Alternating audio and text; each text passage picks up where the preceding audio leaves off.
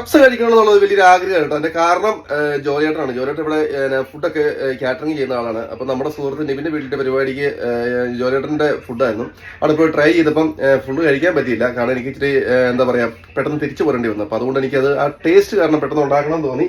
അങ്ങനെ ഇന്നലെ ട്രൈ ചെയ്തു. എങ്ങോട്ടായിരുന്നു റീനു? അപ്പം അടിപൊളിയായിരുന്നു കേട്ടോ.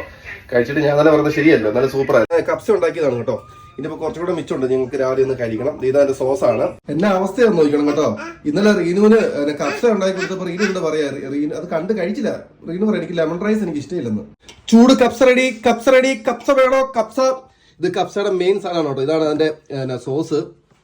സ്പെഷ്യൽ കൂട്ടാണ് കേട്ടോ ഈ സാധനത്തിന്. അത് എന്റെ അത് സോറി പറ്റിച്ചത് എന്റെ അത്. മിക്കിക്ക് കിട്ടാൻ വേണ്ടി മിക്കി കിടന്ന കരച്ചിലാണ് കേട്ടോ.